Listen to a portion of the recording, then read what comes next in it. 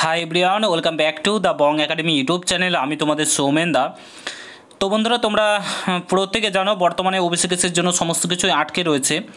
তো এরই মধ্যে একটা নিউজ প্রচুর পরিমাণে সার্কুলেট হচ্ছে এবং বিভিন্ন গ্রুপে দেখানো হচ্ছে যে তোমাদের OBC case, WBP OBC case যেটা রয়েছে সেটা 3 মাস সময় নিয়েছিল রাজ্য সরকার, তোমরা প্রত্যেকে জানো, সুপ্রিম কোর্টে। সেই কেসটা নাকি এগিয়ে এসছে এবং 25শে এপ্রিল এর হিয়ারিং রয়েছে, এমনটাই আপডেট উঠে আসছে বিভিন্ন জায়গায় এবং এই নিয়ে অনেক জায়গায় পোস্ট হচ্ছে। পুরো ভিডিওটা দেখো, সমস্ত কিছু বলছি। চ্যানেলে নতুন হলে অতি অবশ্যই চ্যানেলটাকে সাবস্ক্রাইব করে পাশে থাকা বেল আইকনটাকে প্রেস করে দেবে। যখন আমি নতুন ভিডিও আপলোড করবো তার নোটিফিকেশন সর্বপ্রথম পেতে অতি অবশ্যই চ্যানেলটাকে সাবস্ক্রাইব করে দেবে। স্ক্রিন তোমরা দেখতে পাচ্ছ, এই পোস্টটা সোশ্যাল মিডিয়াতে প্রচুর পরিমাণে ভাইরাল হচ্ছে।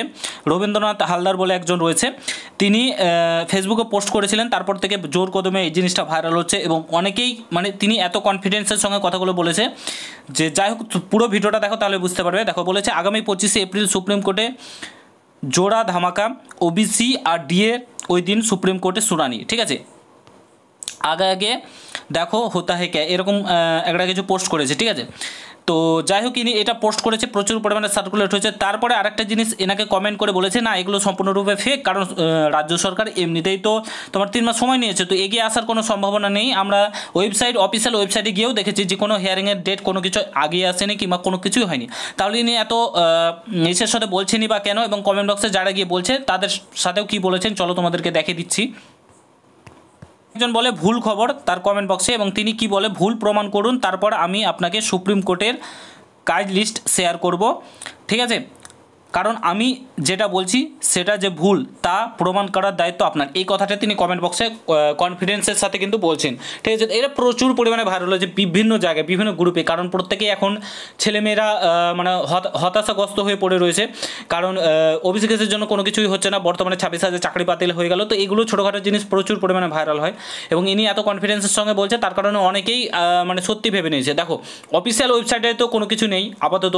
ঠিক আছে, হিয়ারিংয়ের ডেট এখনও কোনো কিছু নেই।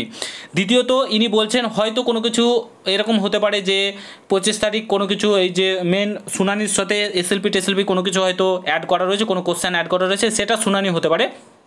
বাট তোমার কি বলে, যেটা মেন কেস আমাদের ওবিসি কেস, যেটার জন্য অ্যাকচুয়ালি সমস্ত এক্সাম পেন্ডিং রয়েছে, সেই কেসটা কিন্তু তোমার বর্তমানে এখন হচ্ছে না। 3 মাস পরে হবে, জুন জুলাই মাসে তোমাদের কেসের হিয়ারিং হবে, তার আগে কিন্তু হচ্ছে না। এটা একদম তোমরা নিশ্চিন্ত কি থাকতে, বুঝতেই পারছো রাজ্যের বর্তমান অবস্থায়। এইদিকে রাজ্য সরকার 26,000 চাকরি বাতিল কেসে ফেসে গেছে, এইদিকে এখন রাজ্য সরকারের পুরো ফোকাস কীভাবে চাকরি ফেরত দেবে না দেবে, তো বুঝতে পারছো।